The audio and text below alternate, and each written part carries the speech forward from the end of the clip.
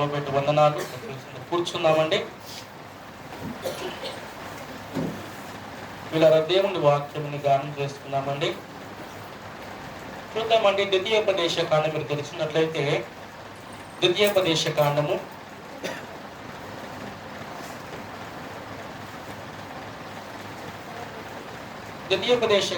31వ అధ్యాయం పిల్లరా.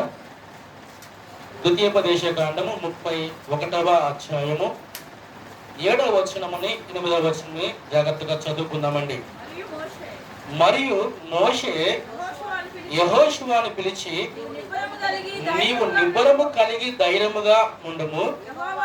యెహోవా ఈ ప్రజలకు ఇచ్చుటకు వారి పితరులతో ప్రమాణము చేసిన దేశమునకు నీవు వీరితో కూడా పోయి దానిని స్వాధీనపరచువలెను.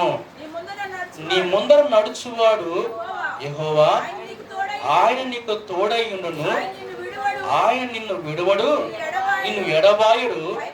భయపడకుము, విస్మయం అందుకుమని ఇశ్రాయేలు అందరి ఎదుట అతనితో చెప్పెను.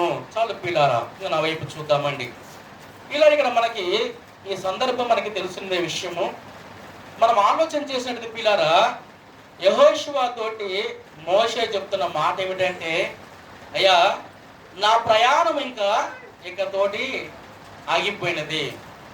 ఏంటంట, ఇప్పుడు దాకా నేను ఐగుప్తు బానిసత్వము నుంచి తన ప్రజలను నేను తీసుకొచ్చాను. ఇక నుంచి నేను మాత్రము దేవుడు ఇక్కడ ఆగిపో, ఈ బాధ్యతలన్నీ కూడా ఎవరికి అప్పగించమన్నాడు? ఎవరికి అప్పగించమన్నాడంటే యెహోషువకి అప్పగించు అన్నాడు. ఆయన చక్కగా మోషే యెహోషువతో చెప్తున్న మాట ఏమిటంటే, ఇక్కడ చెప్తున్నాడు, నీవు నిబ్బరము కలిగి ధైర్యముగా ఉండుము. ఏమండి, ఏంటంట? నిబ్బరము కలిగి ధైర్యముగా ఉండుము. తర్వాత ఈ ప్రజలను వారి పితరులతో ప్రమాణం చేసిన దేశమునకు నువ్వు వీరితో కూడా పోయి దానిని వారికి స్వాధీనము పరచవలెను. ఎంతో చక్కగా మోషే తన అనుభవాన్ని యెహోషువతో చెప్తున్నాడు పిల్లారా. అంటే దేవుడికి మోషేకున్న ఒక సంబంధాన్ని స్పష్టంగా చెబుతున్నాడు. అర్థమవుతుందండి?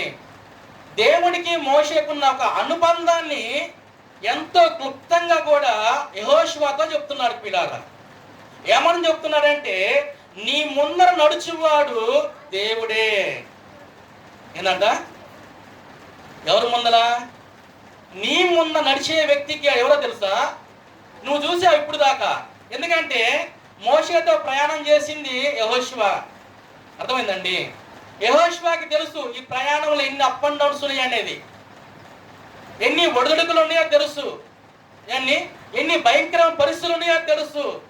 మోషేని ఎంత చిత్రహింస చేశాడో తెలుసు, ఎన్ని ఇబ్బందులు పరిచారో కూడా తెలుసు. అన్ని కూడా ఆ సందర్భంలో అంటున్న మాట ఏమిటంటే, నీ ముందు నడిచే వ్యక్తి ఎవరో తెలుసా? దేవుడు. గుర్తుపెట్టుకోవాలి పిల్లారా. మన జీవితంలో కూడా ప్రతి విషయంలో కూడా దేవుడు ఉంటాడు. దేవుడు లేకుండా మనం ఏమీ కూడా చేయలేమండి. అర్థమైందండి? హిందువులు ఒక మాట అనుకుంటారండి, శివుడు ఆజ్ఞ లేనిది చీమైనా కూడా పుట్టదంట. అవునా కదా? అవునా అండి? వాళ్ళకి బలమైన ఒక నమ్మకం అండి, విశ్వాసం. మనం దాన్ని తప్పు పట్టట్లేదు పిల్లారా, వాళ్ళకున్న విశ్వాసం. అలాగనే మన దేవుడు కూడా మన ముందు నడిచే వ్యక్తి. గుర్తుపెట్టుకోండి పిల్లారా. ఇక్కడ మోషే ఎంత స్పష్టంగా చెబుతున్నాడంటే పిల్లారా, అయ్యా నీ ముందర నడుచువాడు యెహోవా, ఆయన నీకు తోడై ఉంటాడు. ఏమంటాడండి? తోడై ఉంటాడు పిల్లారా. తర్వాత ఆయన నిన్ను విడవడు, ఎడబాయుడు. భయపడకము. ఎంతో బలంగా పిల్లారా యెహోషువతో చెప్తున్న మాటలు పిల్లారా. ఏంటి, ఎవరు చెబుతారు ఈ మాటలు?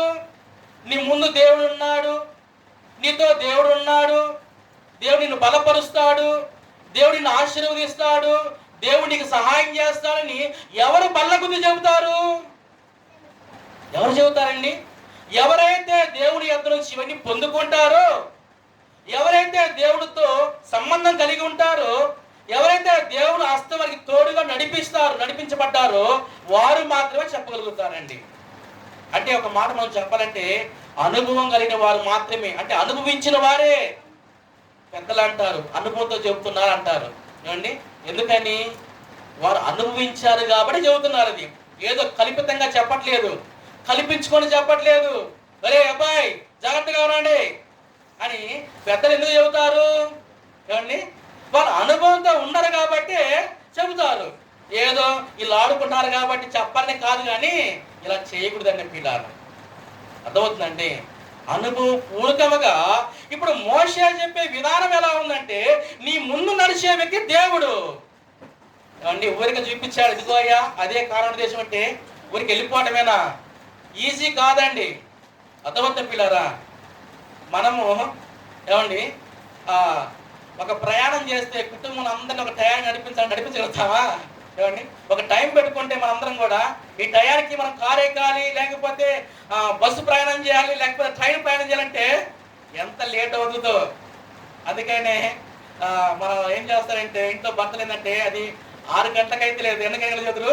4 గంటలకి అని చదువుతారు, అది 3 గంటలకి అని చదువుతారు. 3 గంటలు చదివితే అది 6 గంటలకి అందరూ ఏమండి ఒకళ్ళు కాదండి రెడీ అవుతూనే ఉంటారు. రకరకాల పరిస్థితులు ఉంటాయండి. దాని తప్పు పట్టలేదు కానీ పిల్లారా ఆలోచించేద్దామండి. కాబట్టి దేవుని బిడ్డలారా, ఎందుకంటే ఆ టైం రీచ్ అవ్వాలంటే అలాగనే ఉండాలండి. కాబట్టి దేవుని ఆలోచించారు. ఇక్కడ మోషే చక్కగా కూడా ఏం చెప్తున్నారంటే, దేవునితో తను అనుభవించిన, దేవుడితో తను గడిపిన క్షణాలు, తను దేవుడి నుంచి ఏం పొందుకున్నాడో, ఎలాంటి సహాయం పొందుకున్నాడో అది చెప్తున్నాడు పిల్లలు. అయితే మనం ఒకసారి నిజంగా మోషే ఎంత బలంగా, మాకు గుర్తుపెట్టుకోండి, మోషే యెహోషువకి ఎంతో ధైర్యాన్ని ఏమండి ఊరికి నేను వదిలేలా, అయ్యా ఇదిగో నా బైబిల్ ఇదిగో ఇంకా తీసుకో, ఇది నా బాధ్యత, నీకు అప్పచెప్పాను, నీ సావు నువ్వు సావు, నీ తెప్పలు నువ్వు పడు, నన్ను మాత్రము నిలబడి నీళ్ళు తాగనీయలేదు, కొద్దిసేపు ప్రశాంతంగా నన్ను అంటలేదు, ఈ బాధ్యత దేవుడికి అబ్బాయి నీ సావు నువ్వు సావు అన్నాడండి. అంటే పిల్ల ఏం చేశాడంటే, తన బాధ్యత అప్పచెప్పేటప్పుడు కూడా ఏం చెప్పాడు?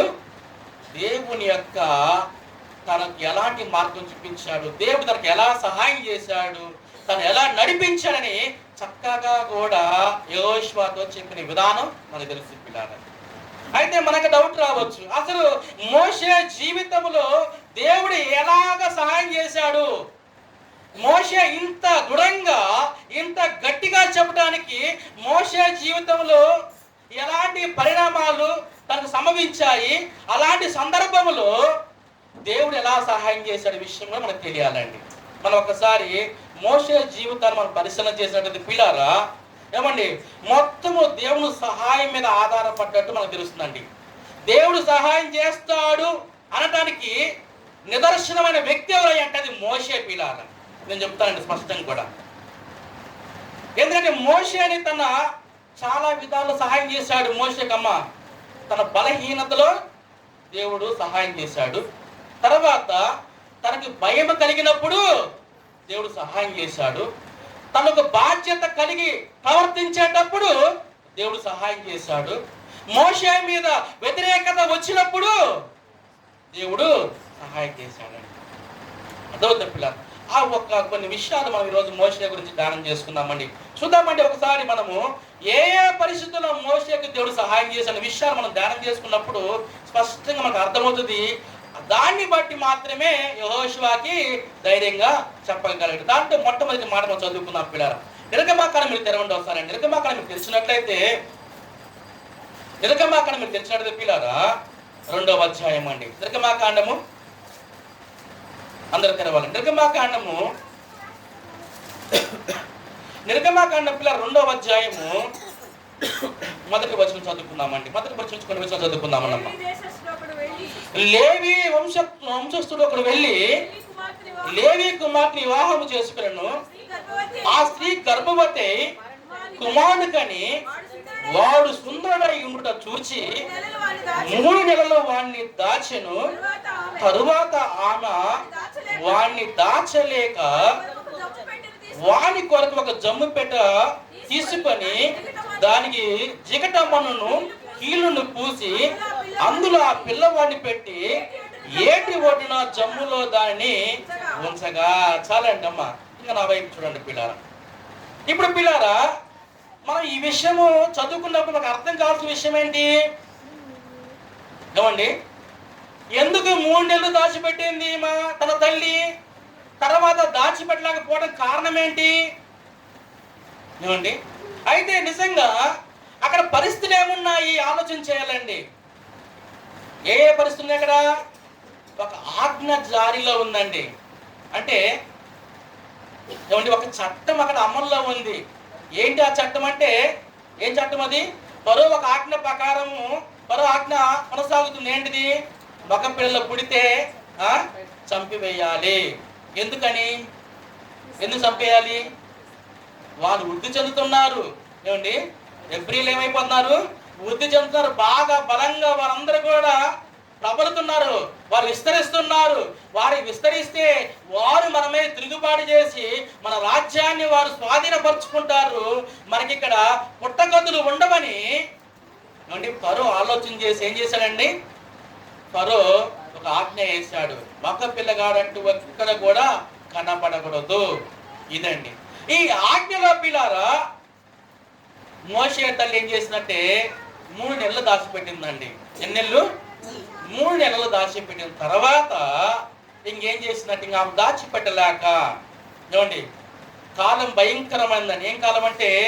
చంపి వేసే కాలం పిల్లారా. ఎలాంటి కాలం? మగ పిల్లగాడు కేక వినిపడినా, మగ పిల్లగాడు కనబడినా కూడా ఇంక చంపేయటమే.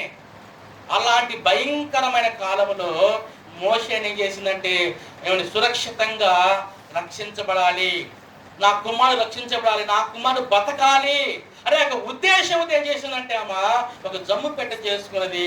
జమ్ము పెట్టెకి కీలు పూసి చక్కగా దాంట్లో కుమారుని పెట్టేసి నదిలోకి విడిచిపెట్టేసింది. ఏమండి, నదిలోకి విడిచిపెట్టిన తర్వాత ఈ కుమారుడు ఎక్కడ చేరాలమ్మా? ఎక్కడ చేరాలి? చక్కగా కూడా తీసుకొని పోయి ఎక్కడ చేశాడు దేవుడు? ఫరో యొక్క రాజగృహంలోకి తీసుకొని పోయాడు పిల్లారా. ఏ రాజు అయితే చంపుదని ఆజ్ఞ వేశాడు, ఏ రాజుకైతే వీరంటే ఇష్టం లేదు, అక్కడికి దేవుడు తీసుకొని పోయాడు పిల్లారా. అనుకుంటానండి ఏమండి, దేవుడు అండి గుర్తుపెట్టుకున్న పిల్లలు, దేవుడు మనకి తెలియక ముందే దేవుడు సహాయం చేస్తూనే ఉంటాడు పిల్లారా. అర్థమవుతుందండి? మనకు తెలియకుండానే దేవుడు సహాయం చేస్తూనే ఉంటాడు పిల్లారా. ఆయన పని చేస్తూనే ఉంటాడండి. అర్థమవుతుందండి? ఏంటి ఆ పని ఈ జీవితంలో? మోషేకి ఎలా సహాయం చేశాడు ప్రభువా? మనం ఆలోచన చేస్తే మీరు అంటారు, పాష్ గారు ఈ విషయంలో మోషేకి ఎలాంటి సహాయం చేశాడు? ఎలాంటి సహాయం చేశాడంటే జమ్ము పెట్టే పెద్ద సహాయం. అర్థమైందండి? జమ్ము పెట్టే పెద్ద సహాయం, తర్వాత నదే పెద్ద సహాయము. ఇంతకంటే గొప్పది ఏంటంటే ఫరో కుమార్తె తీసుకోవడే గొప్ప సహాయము. అర్థమవుతుందండి? దేవుని యొక్క ఉద్దేశము ఎప్పుడు వ్యర్థం కాదు పిల్లారా. మనుషుల పట్ల, మానవుల పట్ల, మనందరి పట్ల దేవుని ఉద్దేశం ఎప్పుడు కూడా వ్యర్థము కానే కాదు పిల్లారా. దేవుడు సహాయం ఎప్పుడు కూడా ఆయన చేయక మానండి. చాలా మంది అంటారు, అయ్యా దేవుడు కృపను బట్టి, దేవుడు సహాయం బట్టి, దేవుడు దయను బట్టి ఇలా ఉంటున్నారు అంటున్నాడు. ఏమండి, ఇలా ఉండడానికి ఆయన ఏం చేశాడు? ఏమండి, కొన్నేమో కనబడతాయి, కొన్నేమో కనబడవు, కొన్నేమో వినబడతాయి, కొన్ని వినబడవు, కొన్ని ఏమో అర్థమవుతాయి, కొన్నేమో అర్థం కావు పిల్లారా. కానీ ఎట్టకేలకి కూడా మనం ఎలాగ ఉన్నామంటే అది దేవుని సహాయమే పిల్లారా. అదవుతుందండి, దేవుని సహాయం లేకుండా మనం ఏమీ కూడా చేయలేం పిల్లారా. ఇక్కడ మనము పుట్టుక నుండే దేవుడు సహాయం పొందుకున్న వ్యక్తి ఎవరయ్యా అంటే అది మోషేనమ్మ. ఎవరు? పుట్టుకతోనేనండి. చాలా మంది పిల్లలు చనిపోయారు, అవునా కదా? చాలా మంది పిల్లలు కూడా ఫరో చేతులు హతమయ్యారు పిల్లారా. కానీ మోషేకు దేవుడు సహాయం చేశాడు. అర్థమైందండి? మనకు తెలియక ముందే దేవుడు సహాయము పనిచేస్తూ ఉంది పిల్లారా. నేను కొన్ని సందర్భాల్లో ఆలోచన చేసినట్లయితే నేను అనుకుంటానండి, ఈ సందర్భం చెప్పాలా లేదు నాకు అర్థం కావట్లేదు, కానీ నేను ఏది చెప్పాలనుకున్నానండి. మీరు ఏమనుకున్నా నాకు ఇబ్బంది లేదు. కానీ రమేష్ అన్న విషయంలో నేను అనుకున్నాను అసలు మనకి కిడ్నీ దొరుకుతుందా అంటే మన రేంజ్కి మన రేంజ్కి నేను అనుకున్నాను, వ్యక్తిగత నేను చెప్తున్నానండి. ఒకవేళ దొరికినా కూడా దానికి తగ్గ అమౌంట్ మన దగ్గర ఉన్నదా, సర్దుబాటు అవుతుందా, ఇవన్నీ కూడా నా ఊహల్లో మెదిగాయండి.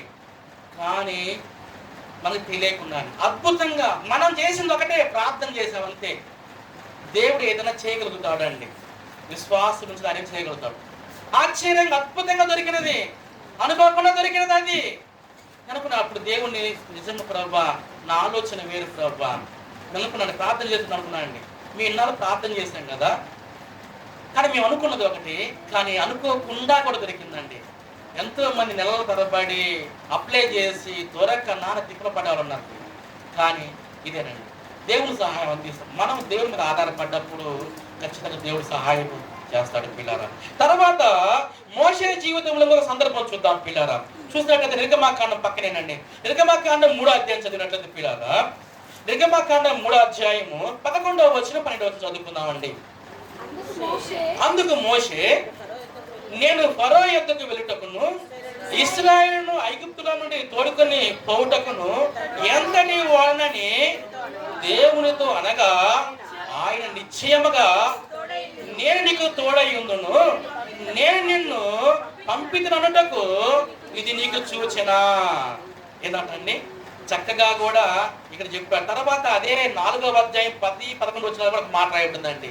అప్పుడు మోషే, ప్రభువా ఇంతకు మునుపైనను నీవు నీ దాసునితో మాట్లాడినప్పటి నుండి ఆయనను నేను మాట నేర్పరిని కాను, నేను నోటి మాంద్యము నాలుక మందము గలవానని యెహోవాతో చెప్పగా, యెహోవా మానవునికి నోరిచ్చిన వాడని ఎవడు, మోగవాణిగా చెవిటివాణిగాను దృష్టి గలవాడిగాను గుడ్డివాడిగాను పుట్టించిన వాడెవడు, యెహోవానైన నేనే కదా, కాబట్టి వెళ్ళుము, నేను నీ నోటికి తోడై ఉందును. ఇలా ఆలోచన చేద్దామండి. బలహీనత అంటే పిల్లరా, ఏమండి బలహీనతలో దేవుడు సహాయం చేశాడమ్మా. ఏ బలహీనత? నిజం చెప్పంటే బలహీనత అంటే ఏంటిదండి? అసలు మానవ స్వశక్తితో ముందుకు సాగలేని పరిస్థితులండి. అంటే మానవుడు తన సొంత శక్తితో ముందుకు వెళ్ళలేని పరిస్థితులే బలహీనత. ఇంక నేను నడవలేను, ఇంక నేను ఇది చెయ్యలేను, ఇది నా వల్ల కాదు ఇంకా అనే పరిస్థితే బలహీనత అండి. ఇప్పుడు మోషేకి బలహీనత వచ్చినది. ఏంటి ఆ బలహీనత? నేను ఎవరైనా అసలు నా నోటికి ఏంటి మాట రాదు, నేను నాలుకము మందము గల వాడిని అని మోషే భయపడుతున్నాడండి. ఫరో ఎదుట నిలబడటం అంటే, రాజు ఎదుట నిలబడటం అంటే అది మామూలు విషయం కాదు పిల్లలు. అర్థమవుతుందండి. అప్పుడు దేవుడు ఏమంటున్నాడు తెలుసా అండి? ఏమన్నాడు? నేను నీతో ఉన్నాను. ఒక హామీ ఇచ్చాడండి. ఏం ఇచ్చాడు? ప్రామిస్ అంటాను. ప్రామిస్ చేశాడు. ఏం చేశాడు? నేను నీతో ఉంటాను, నేను నీకు తోడుగా ఉంటాను. పిల్లలు, నా ప్రియమైన పిల్లారా, మోషేకి బలహీనతలో ఏం చేశాడంటే బలం ఇచ్చాడు పిల్లారా, సహాయం చేశాడు దేవుడు. ఫరో ఎదురు నిలబెట్టినప్పుడు నిలబెట్టలేదా? సహాయం చేయలేదా? గొప్పగా సహాయం చేశాడండి. నోటు మాంద్యం గల వాడిని తీసుకుని అక్కడ నిలబెట్టాడు, రాజు ఎదురు నిలబెట్టాడు. దేవుడు అద్భుత కార్యాలు జరిగించి చూపించాడు. అప్రీతాన్ని బిడ్డారా, మనం ఏం చేయాలంటే మన బలహీనతలు చాలా ఉంటాయండి. అంటే శారీరకంగా శక్తి లేకపోవటము, తర్వాత పిల్లరా మానసికంగా నిరుత్సాహపడటము, ఏమండి రకరకాల బలహీనతలు ఉంటాయి పిల్లరా. మనుషుల ప్రార్థనాహీనత రకరకాలు ఉంటాయి పిల్లరా. ఈ బలహీనతలో మనం ఏం చేయాలంటే దేవుడు సహాయం అడగాలి. మనం నడవలేని పరిస్థితి, మనం చేయలేని పరిస్థితి, మన వల్ల కాని పరిస్థితి అది. అలాంటప్పుడు మనం ఏం చేయాలంటే దేవుని దగ్గర మనం ప్రార్థించాలి పిల్లలు. మోషే చేసిన పని అదేనండి. మోషే ఏం చేశాడంటే, నేను ఎంతటి వాడినయ్యా, నా శక్తి అలాంటిది, నా జ్ఞానం ఎలాంటిది, అసలు నాకు మాట్లాడటమే సరిగ్గా చేత కాదు, నేనేం చేయాలి అండి? మన చేత కానప్పుడు మనం ఏం చేయాలంటే చేత చేసేవారి దగ్గరికి మనం వెళ్ళాలి, చేసేవారి సహాయం మనము కోరుకోవాలి పిల్లలు. అర్థమవుతుందండి. కానీ చేత కాని టైంలో కూడా మనం చేత నెట్టే మనం పని చేసామనుకోండి, దానివల్ల మనం విఫలమైపోతాం పిల్లలు. అర్థమైందండి. మనం ఏం చేయాలంటే మనం ఎవరైతే మనల్ని సహాయం చేస్తారు, ఎవరైతే మనకి సలహాలు ఇస్తారు, మనకి ఎవరైతే మనకి మంచి మాట నడిపిస్తారో వారి సహాయం తీసుకోవాలి పిల్లలు. ఇక్కడ మోషే చేసిన పని ఏమిటంటే తన బలహీనతలో దేవునితో చెప్పాడు, నేను ఎంతటి వాడినయ్యా అన్నప్పుడు దేవుడు చక్కగా ఒక ప్రామిస్ చేసి, నేను నీకు తోడుగా ఉంటాను. ఏమండి, దేవుడు తనకి తోడుగా ఉన్నాడు. ఫరో ఎదుట నిలబెట్టాడు, చక్కగా దేవుడు సహాయం అందించాడు. మోషే జీవితంలో ఇదొక సహాయం అండి. ఇంకొక సహాయం మనం చూసుకున్నట్టు పిల్లలు చూడండి, నిర్గమాకాండం మీరు తెరవండి పిల్లారా. ఎందుకంటే దేవుడి యొద్ద నుంచి మోషే అనేకమైన విషయాలు, అనేక పర్యాయములు దేవుడు సహాయం పొందుకున్నాడు పిల్లరా. అలా పొందుకోవటం వలనే యెహోషువ తోటి దృఢంగా చెప్పగలిగాడు పిల్లారా. ఒక మాట మనం చదువుకున్నట్లయితే నిర్గమాకాండం పిల్లారా, నిర్గమాకాండం మొదటి అధ్యాయం మనము నిర్గమాకాండం 7వ అధ్యాయము మొదటి వచనం చదువుకుందామండి. కాగా యెహోవా మోషేతో ఇట్లను, ఇదిగో నిన్ను ఫరోకు దేవునిగా నియమించుదని నీ అన్న అహరోను నీకు ప్రవక్తగాడును నేను నీకు ఆజ్ఞాపించినది యావత్తు నీవు పలకవలెను. ఫరో తన దేశంలో నుండి ఇశ్రాయేలు పోనీయవలనని నీ అన్నైన అహరోను అతనితో చెప్పాను. చక్కటి కింద మనం 5 వచనాలు చదువుకుంటే చక్కగా కూడా మనకు అర్థమవుతుంది పిల్లలు. ఫరో ఎదుట నిలబడటము మోషేకి అసాధ్యం అనిపించిందండి. మనకు తెలుసు పిల్లలు, ఏమండి, ఫరో ఎదుట నిలబడటానికి అసాధ్యం అనిపించింది. కానీ ఒక బాధ్యత దేవుడు చెప్పాడు పిల్లారా. ఏమని చెప్పాడు? నువ్వు వెళ్ళాలి, ఆయన దగ్గర నిలబడాలి అన్నప్పుడు ఇందాక మనం చెప్పాడు, నేను బలహీనుడిని. ఏ విషయంలో బలహీనుడైనా? మాట్లాడే విషయంలో బలహీనుడైనా. ఏమండి, అలాంటి బలం ఇచ్చాడు కదా. ఇప్పుడు ఒక బాధ్యత ఉన్నది, నువ్వు చేయాల్సిన పని ఇది. ఏం చేయాలండి? మనకి కొన్నిసార్లు కొన్ని బాధ్యతలు ఉంటాయండి.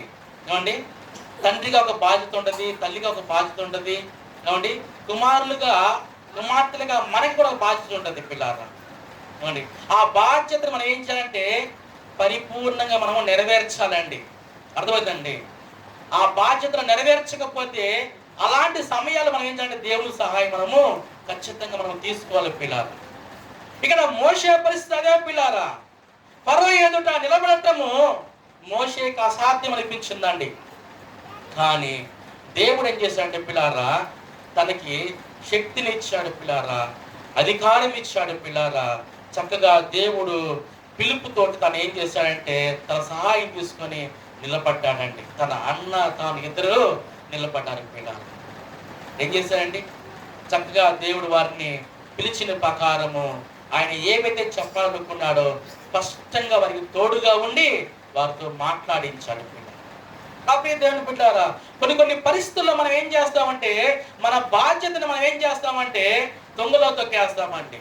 మనం చెయ్యాలనుకుంటాము కానీ చేయలేమండి. బైబిల్లో ఒక మాట ఉందండి, మీరు మేలైనది చేయవలసి ఉండి చేయకూరని చేయకపోవటము ఏంటిదంట?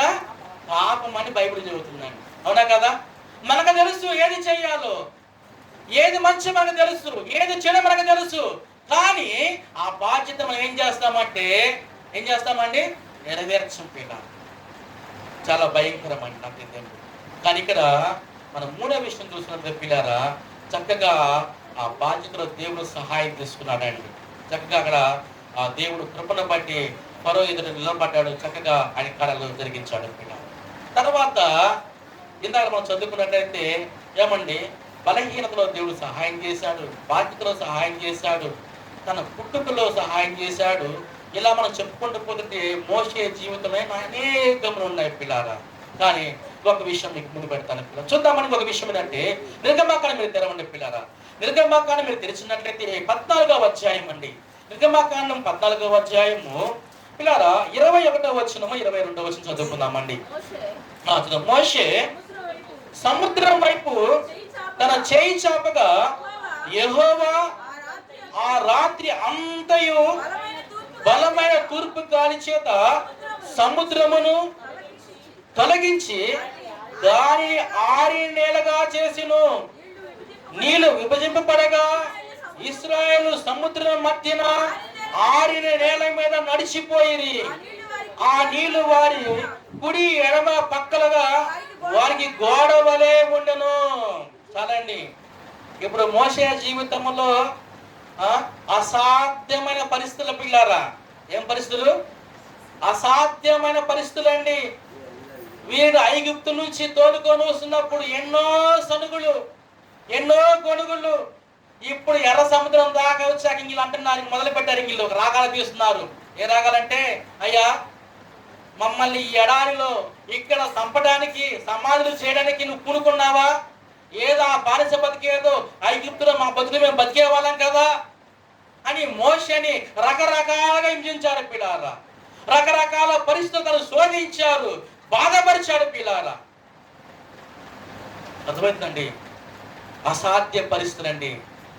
ముందు చూస్తే నొయ్యి, వెనక చూస్తే గొయ్యి అంటారు. ఇప్పుడు ముందు చూస్తే సముద్రము, వెనక చూస్తేనేమో శత్రువులు పిల్లారా. ఏం చేయాలి అర్థం కాదండి. పిల్ల కాలం కాదు దాటుకొని పడడానికి. ఒకరి చెయ్యి ఒకరు పట్టుకొని, ఏమంటే మనం చూస్తాం వరదలు వచ్చినప్పుడు చూడండి, చక్కగా అందరు పట్టుకొని ఒకరు చిన్న దాటడానికి. ముందున్నది ఎర్ర సముద్రం అండి. ఏం చేయాలి పరిస్థితులు? ఏం చేస్తాం మనమైతే? ఒక పక్షం అని సపోర్ట్ చేసే వాళ్ళు ఎవరు లేరు, బలపరిచే వాళ్ళు ఎవరు లేరు. మోషే నువ్వు ధైర్యంగా ఉండ, నువ్వు కుంగిపోబాక. ఇంతవరకు దేవుడు సహాయం చేశాడు కదా, ఇంతవరకు దేవుడు ఆదుకున్నాడు కదా, దేవుడు ఎన్నో చేశాడు కదా అని తను ఎవరు బలపరచలేదండి. అర్థమైందండి? తనకి ఎవరు కూడా చేయూతనివ్వలేదు పిల్లారా. అన్ని వెనక కూర్చుతూనే ఉన్నారు. కానీ ఏమండి, ఒక పక్కేమో ముందు సముద్రం, వెనకేమో శత్రువులు రాని వస్తూనే ఉన్నారు. ఏం తోచట్లేదు. నా ప్రియ దేవుని బిడ్డలు ఆలోచించేద్దామండి. దేవుడు ఏం చేశాడండి? సముద్రాన్ని చీల్చాడు పిల్లలు. ఏమండి, మనకి మార్గం లేనప్పుడు గుర్తుపెట్టుకున్నమ్మా, మనకి మార్గం కనబడినప్పుడు, మనకి త్రోవ అర్థం కానప్పుడు అమ్మ జాగ్రత్త వినండి. మనకి మార్గం లేదు, త్రోవ కనబడలేదు, మనకి ఏం చేయాలి అర్థం కాని పరిస్థితుల్లో దేవుడు సహాయం ఉంటుందండి. దేవుడే మార్గమైనాడు పిల్లలు. మోషేకు దేవుడు గొప్ప సహాయం చేశాడు. మోషే ప్రార్థించినప్పుడు 2 పాయలుగా చీలిపోయిందండి సముద్రము. తానే మార్గమయ్యాడు, దేవుడు మార్గమయ్యాడు. మనం అంటాము, నీ వాక్యము నా పాదములకి దీపమై ఉండును, నా మార్గం త్రోవ ఉంటుంది. ఏమండి నా ప్రియ దేవుడు, ఎంత అద్భుతం పిల్లారు. పరిస్థితులు అసాధ్యమైన పరిస్థితులు అయ్యి కొన్నిసార్లు మన జీవితంలో అలాంటి పరిస్థితులు ఎదురవుతాయి పిల్లారా. సాధ్యము కాని పరిస్థితులు అయ్యి మనం దాన్ని జయించలేని పరిస్థితులు పిల్లారా. కానీ అది మనకి అసాధ్యమేమో, మనకి వల్ల కాదేమో, మనం ఏమి చేయలేమేమో, కానీ దేవుడు మాత్రము ఖచ్చితంగా 100% ఆయనకి సాధ్యమే. ఆయనకు అసాధ్యమైనది ఏది కూడా లేదు పిల్లారా. దేవుడు సహాయము చేసే దేవుడు పిల్లారా. దేవుడు మనల్ని ఆదుకునే దేవుడు పిల్లారా. ఏమంటే తన పిల్లలు నష్టపరచటము, తన పిల్లలు బాధపడుతుంటే ఏ తండ్రి కూడా సంతోషంగా ఉండడండి, ఏ తల్లి కూడా సంతోషంగా ఉండదా? తన పిల్లలు బాధపడుతుంటే, లేకపోతే రకరకాల పరిస్థితులు ఉన్నప్పుడు తల్లిదండ్రులు సంతోషంగా ఉండరా? ఎవ్వరు ఉండరు పిల్లారు. అలాగనే మన కన్న తండ్రి, మనం సృష్టించిన దేవుడు కూడా మన పరిస్థితుల నుంచి విడిపించాలనే ఆయన ప్రయత్నము, ఆయన తాపత్రము, ఎంతగానో సహాయం చేయాలనే. అందుకని అంటాడు ఆయన, చూడు నా అరిచేతులు చాపి ఉన్నాను, మీ కొరకు ఎప్పుడు ఎదురు చూస్తూనే ఉన్నాను, రక్షించడానికి సహాయం చేయడానికి ఆయన ఎప్పుడు సంసిద్ధంగా ఉన్నాడు పిల్లారా. నా ప్రియ దేవుని బిడ్డలారా, మన జీవితంలో అసాధ్యమైన పరిస్థితులు వచ్చినప్పుడు దేవుడు సహాయం కోరుతున్నామండి.